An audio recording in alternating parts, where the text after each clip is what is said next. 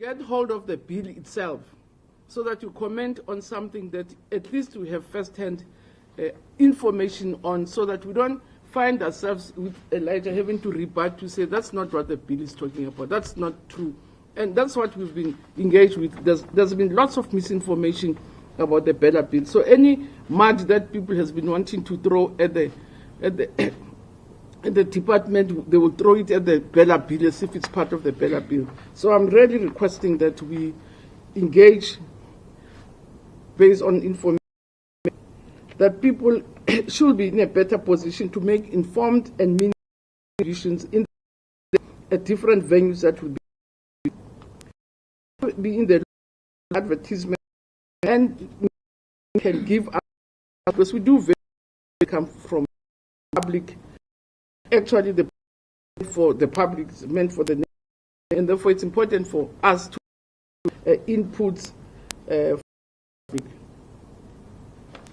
There are that are unhappy with the Bella bill. I don't even mention them because they'll phone me tomorrow and I just say, you said in the meeting, as I'll meet them. I know.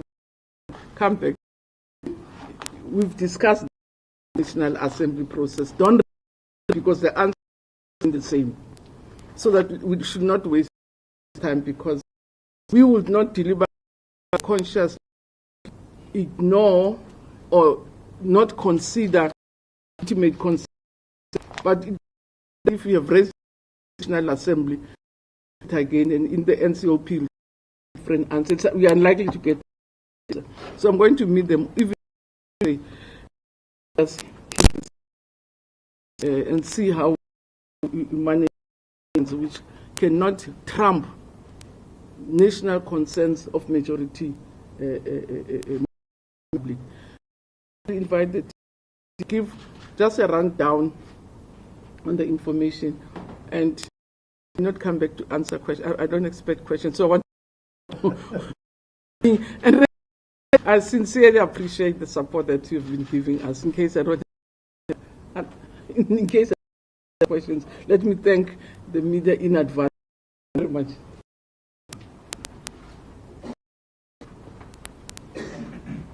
Thank you, Minister. As the Minister said, we are coming to the end of the exam, the class of 2023. Going to provide a report which will be done by Dr. Have a sleep, say polio. Indicated that 3 days. So in a we've already visited 6 markings, 5 in Gauteng, in Pum, starting tomorrow with marking beginning with the centers of 2 and moving over and the rest of the provinces. Without of time, again, eternally grateful the public country affording us days on give them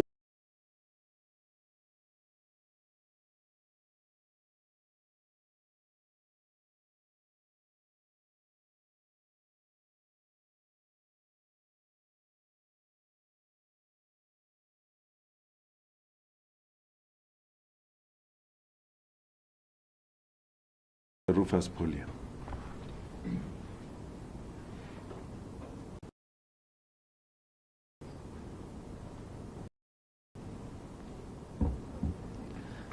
Thank you, DG, and good afternoon to our Minister, media colleagues that are present, and to the South African public. When we met on the 29th of October in the same venue, there was a high level of anxiety about how will the 2023 examinations go. And I think we can confidently say, as indicated by our Minister, it's gone well. And we're looking forward to the remaining few papers that will be written over the next 3 days. Very quickly, I thought it would be necessary just to give our media colleagues a sense of what and scope of this examination is. And we're looking at 717,000 full-time candidates, 181,000 part-time candidates, 162 papers were set, moderated, and I'll give you the number that have been written already. 0.7 million scripts will be marked, and as the Minister indicated, at 6,889 examination centers, 72,000 invigilators were used, and we've appointed already 52,107 markers, and marking will take place at 184 marking centers. This slide gives you a breakdown of the full-time versus part-time candidates, and I think we understand that we have candidates who are repeating, that come back to complete those subjects they may not have been able to achieve in previous years.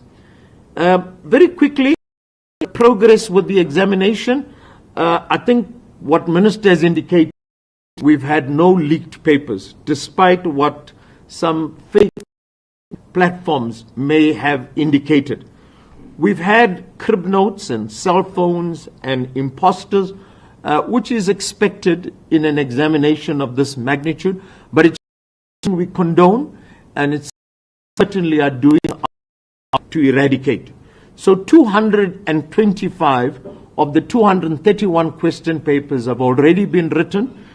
We have just music, paper 1, paper 2, and we have one of the agricultural science papers still to be written, and we have papers that will be written on Wednesday. What have been some of the key deliverables that we've achieved in this examination? 10.2 million question papers have been packed and successfully delivered to all examination centers.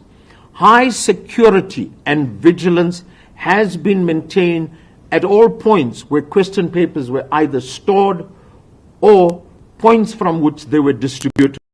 High standards of invigilation and credit must be given to all our educators for the excellent work they've done in this area. Monitoring is of critical importance. Despite the fact that we have invigilators, we've also attempted to make sure that we have monitors who are outside of the school, monitoring that compliance to the rules and regulations are strictly adhered to. We have accommodated all that have barriers to learning, blind, sighted, deaf candidates that may have assistive devices, that may have scribes or readers, and this is an area that we're giving much attention to. One of our other successes is South African Sign Language. It's the third year that we've now administered South African Sign Language, which requires special technology, special approach, and marking of the South African Sign Language responses of learners will start shortly. Examinations were successfully administered, and we also want to give our Director General credit for extensive consultations that he's had with our teacher unions, with our governing bodies and professional bodies, all stakeholders on board. There were issues that we need to report to the public. In CAT and IT, we had just thank SABC for their support in holding back with the load shedding. So these were just the normal power outages in a particular area where 30 candidates were affected, but the exam was able to resume and provided.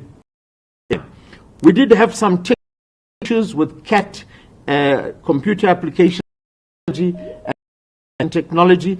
Here again, we managed to get questions on science that matter out. In the inclement weather, north together with Mpopo was affected. In state had delayed the nation slightly, examination to continue. We had community action, but I must say this has been significantly reduced, and this certainly in one of the districts in the northwest. We had road closures also in Limpopo, but together with the assistance of the South African police services, our examinations were able to continue uninterrupted.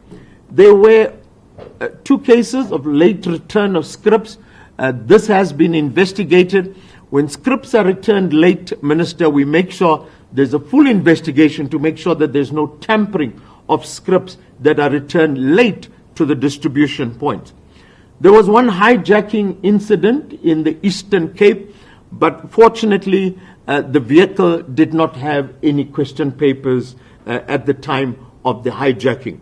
We had late collection of question papers from distribution points, but here again there were either mechanical problems with vehicles which contributed to the late collection, nothing serious. Candidates taking ill during the writing of the exam, and where learners were able to continue, we were able to make provision for them to write in a separate venue. There were a number of candidates, DG, that wrote the examination in hospital, particularly where candidates took ill at the morning of the examination, and we were able to accommodate these learners in hospital. The other concern is imposter candidates. Now, an imposter would be where somebody writes the examination on behalf of the registered candidate. And here again, our invigilators were vigilant, identified these imposters, and in a number of cases, the imposters were arrested, and obviously legal action will be taken against them. Now, as I indicated, monitoring is important to make sure that there is compliance, and our provinces must be once again commended for their extensive monitoring plans, pulling out all stops to make sure that most of our centers are monitored during the writing. DBE also deployed its own monitors, part-time monitors. We had departmental officials that went out, and this was a collaborative effort by both the province and the DBE in terms of monitoring. And what was significant is that we had real-time monitoring, and real-time monitoring was done through the latest technologies that we have. So we were able to receive information immediately about exactly what was happening at our marking center, at our writing centers as the writing proceeded. In terms of the rewrite opportunities, we always allow where there are serious problems, particularly with CAT and IT, because of the computer requirements. There may be glitches, and the CAT and IT rewrite will take place on Wednesday. Tourism PAT, we also had a problem there, and candidates, 19 candidates from the Northern Cape and from the Northwest will rewrite the tourism PAT on Wednesday. These are the dates in terms of the rewrite. Now, what were some of the challenges? And every examination of this size, one expects challenges. But let me say that we're having a new kind of a challenge that is now emerging during the writing of the 2023 NSC exam. Fake news. I'm sure a number of you would have seen these videos of the minister herself together with our chief communicator, and these were manipulations indicating that papers have leaked and there's going to be a rewrite. And fortunately, this was picked up immediately, and we were able to quell concerns that may have emerged in the minds of parents as well as learners. There are also scams. So there are scamsters in education as well. And here we had one interesting case where a learner posted a cover page of a paper to be written on the Monday. This was English File, paper 2.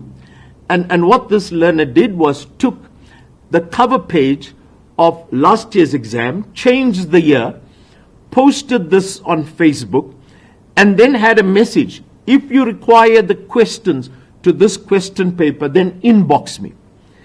Now, what this learner further went on to do was, Monday, after the paper was written, he then posted a note saying, well, this is what you missed out if you did not inbox me.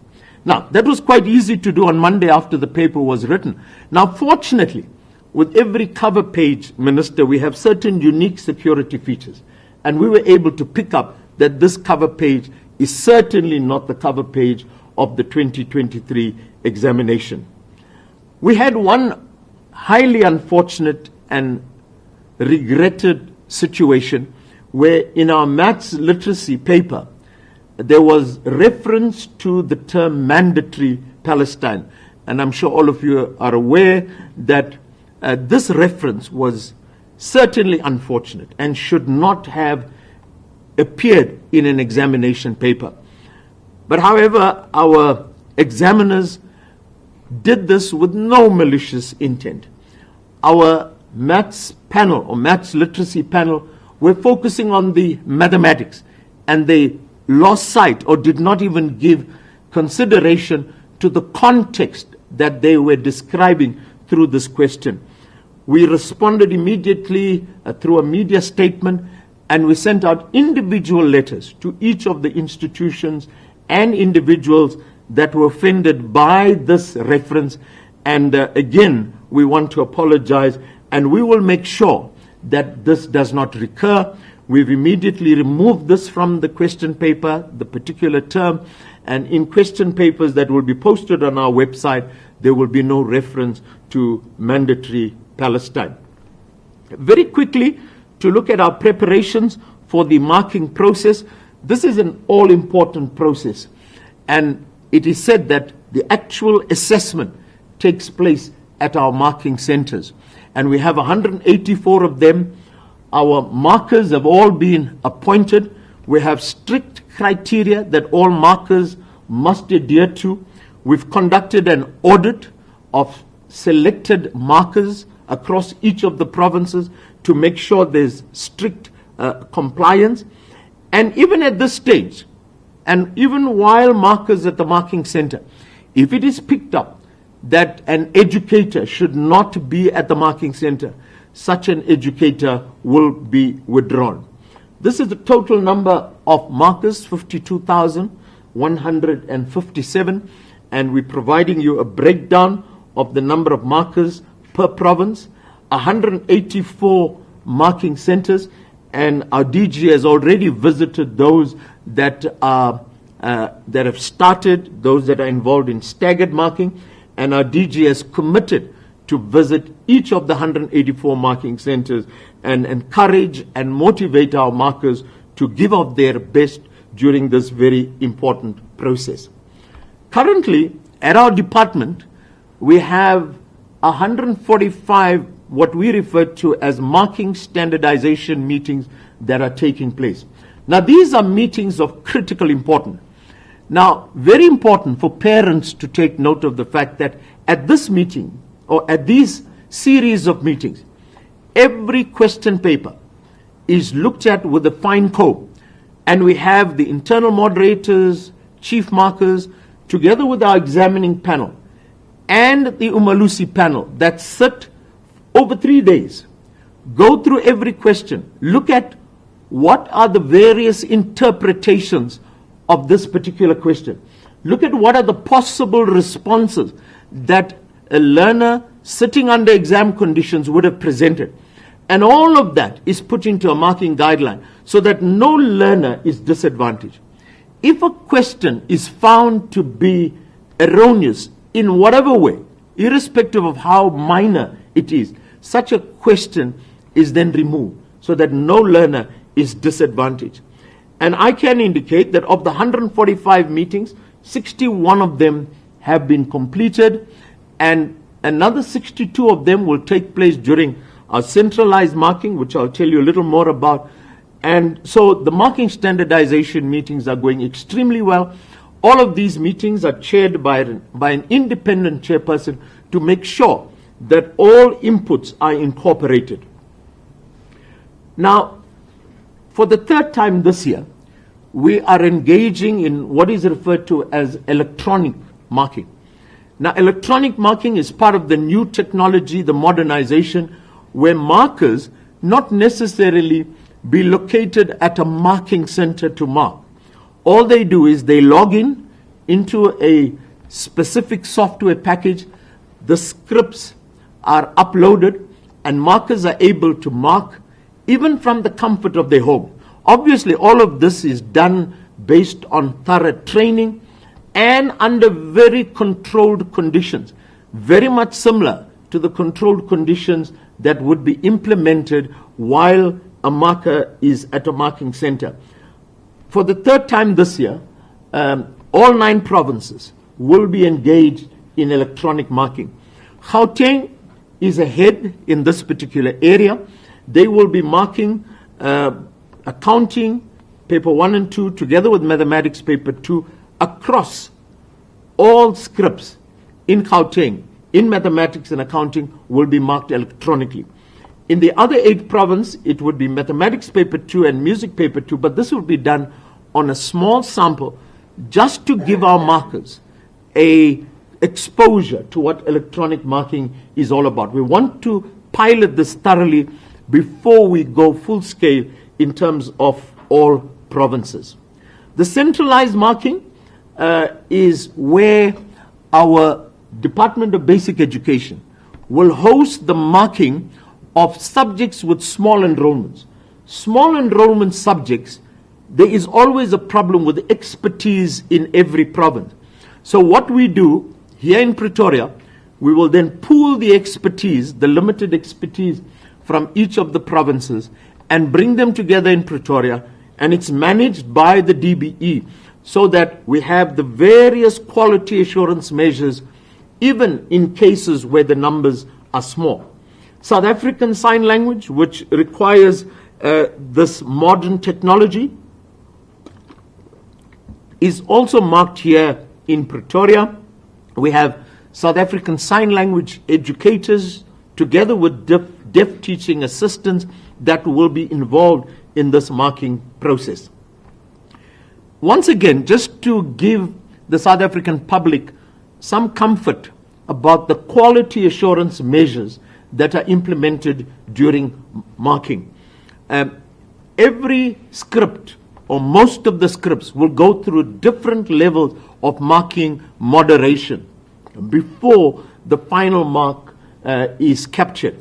We also have what we call a tolerance range. Every marker must mark within a particular tolerance range. And a script that is marked outside of that tolerance range, the entire batch is returned to the marker. Every group of 5 markers is supervised by a senior marker.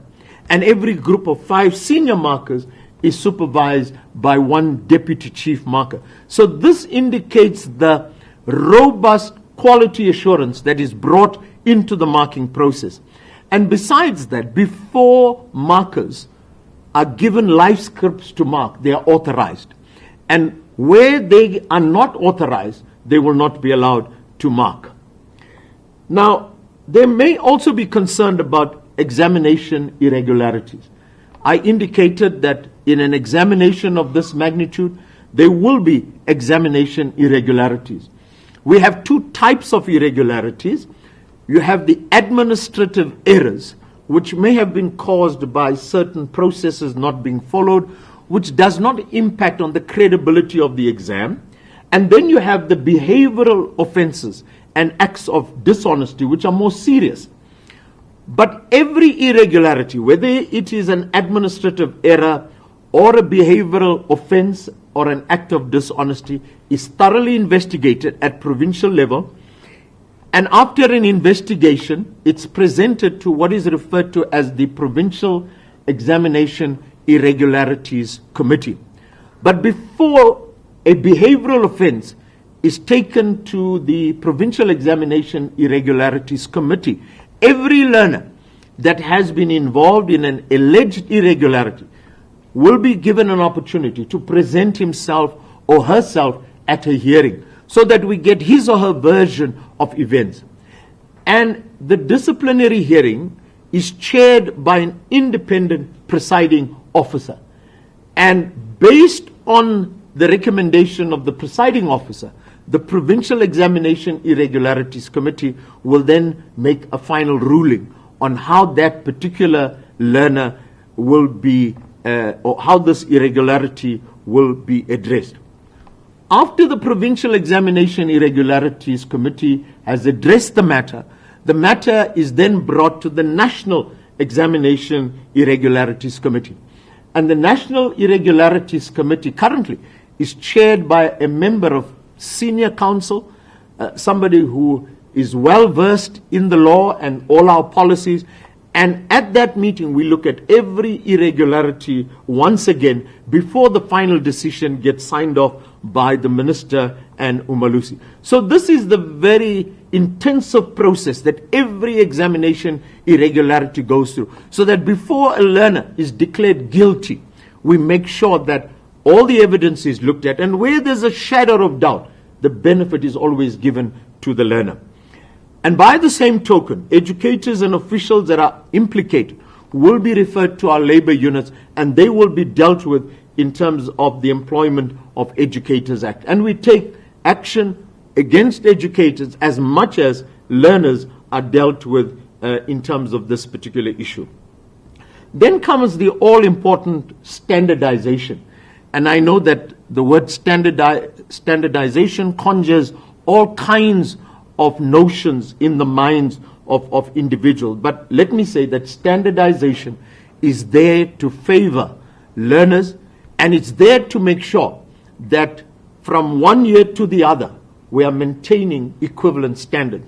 And what happens at a standardization meeting is that it is done subject by subject, and it is managed by Umalusi. They will then look at the performance of learners in mathematics in 2023 and compare it to performance of learners in previous years. And there should not be a major deviation in the performance of the 2023 learners from previous years. If there is a deviation, obviously that is looked at very closely, and one needs to understand why, and marks can be adjusted either upwards or downwards or maintained the same. But we as a department engage in an extensive process. In fact, our DG leads a series of meetings with provinces, with subject specialists, to gather as much information as possible to fully understand how learners have performed in that particular paper after the marking has taken place. And all of this information is consolidated into a report that will then determine how the performance of learners in 2023 compares to previous years.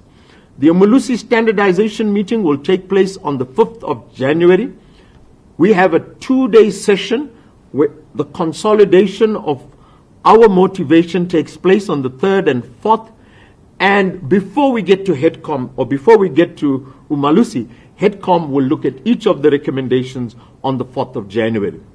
These are the important dates, and I'm sure all of us are very much interested in the ministerial announcement, which will take place on the evening of the 18th of January 2024, and then the all-important date of the 19th of January at 8 o'clock in the morning, when these important results will be released to every candidate in the country. And that brings us to the end, and I want to, in conclusion, say that the exam has certainly proceeded without any major disruptions nor serious acts of dishonesty that may have compromised the integrity and credibility of the examination as a whole.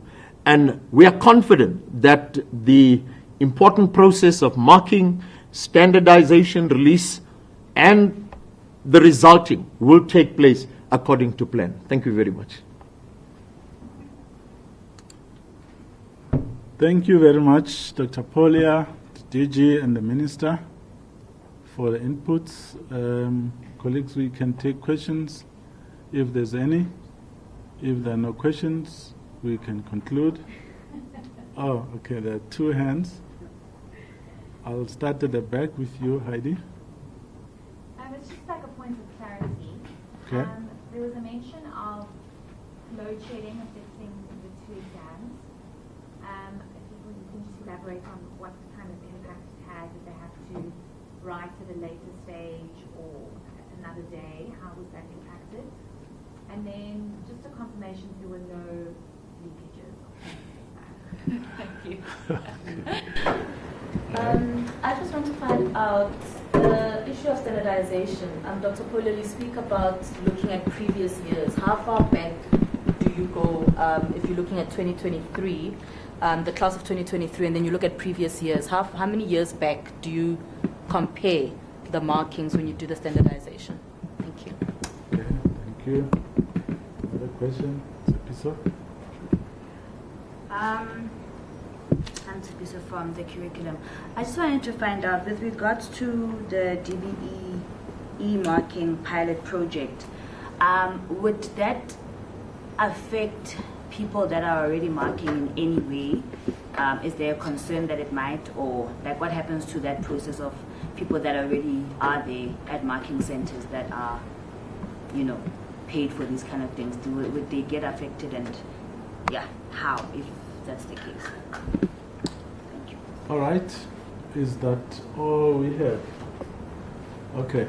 Can I nominate Dr. Pola to deal with the technical questions that Dr. Pola, please come handle this.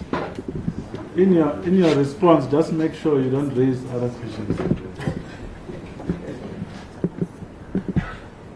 Just stick to the script, don't raise other questions.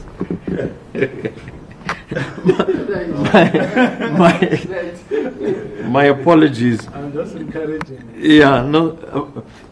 I think what we need to indicate that there was no load shedding during the writing of CAT and IT. What we had was in KZN at one center where there was a technical problem that was limited to that one center.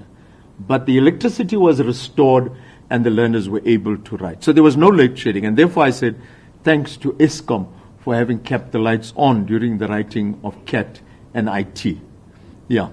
The issue with regard to there was no leakage, again, there was absolutely... Talk about the technical glitches where learners have to rewrite it. Oh yeah, okay. Where there is rewrite created, the rewrite opportunity is where learners may have had a technical problem during the writing of computer applications technology and information technology.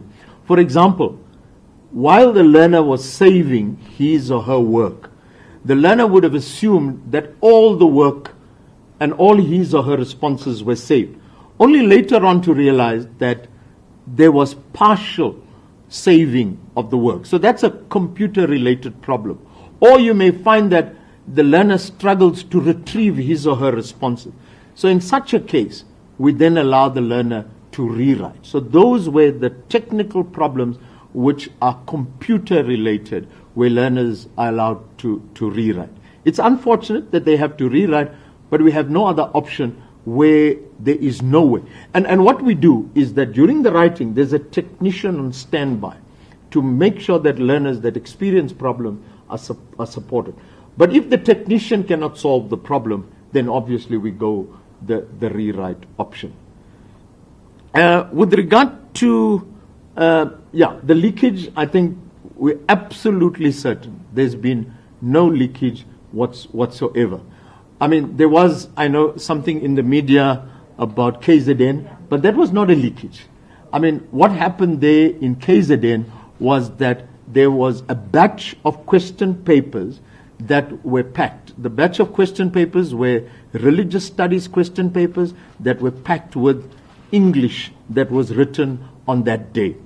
But as soon as it got to the examination room, the invigilator picked up this batch that was not supposed to be there. So that again was a packing problem. It was picked up immediately, the batch was returned. And what is also fortunate is that that school was not writing religion study. So that's not a leakage in any way. The paper was not compromised in any way possible. With regard to standardization, Umalusi works on the principle of determining a 5-year norm. So they go back 5 years and look at the performance of learners in the last 5 years and compare that to the performance in 2023. The e-marking pilot, I think an important question, when scripts are marked electronically, particularly in the pilot in the 8 provinces, those scripts are also marked in the normal way. So we don't just depend on the e-marking simply because we're piloting. And what the provinces have done is they've appointed additional markers that engage in the e-marking pilot, and it does not interfere with the normal marking process. Thank you. I've not said too much. No. You stuck to the script, Dr. I have another question, sorry. Okay, Heidi, follow up. Can I ask my question? Yeah. I just want a response from the department about the court ruling that's indicated that ESCOM needs to exempt schools and everybody else that's included in there. What is the response from the department? Thanks. Yeah, I'm going to ask the DJ for that one.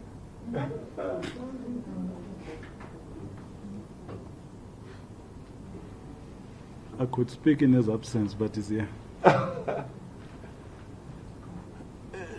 Heidi, when we thought that we've dealt with all the questions and you bring this one, no, we're watching the developments around this outcome of the court with interest. Of course, we have to move as government, so the department is not moving as a department alone. This matter was discussed at the Forum of Director Generals, also discussed in Cabinet, and we'll see what comes out eventually out of it. But do you welcome it? Yes, we do. Yes, we do. So, but we're looking at how, the finality is going to be on the matter. We welcome that. Thank you.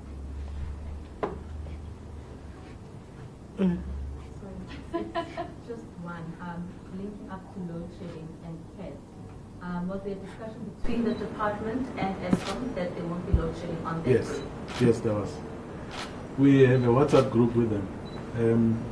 I was there and witnessed their cooperation and how they suggested different things and how the things they suggested actually happened. And it worked out very well. It worked out so beautifully. So. That's a clever one. All right, no. Any more questions? All right. If there are no more questions, we'll close the media briefing. Let me thank you once again, Minister, DG, Dr. Mthembu, Dr. Polia, and everyone else who is in the room for being with us this Sunday afternoon. Have a safe journey back home. As the Minister likes to say, travel safely to your provinces. Thanks very much. The briefing is closed.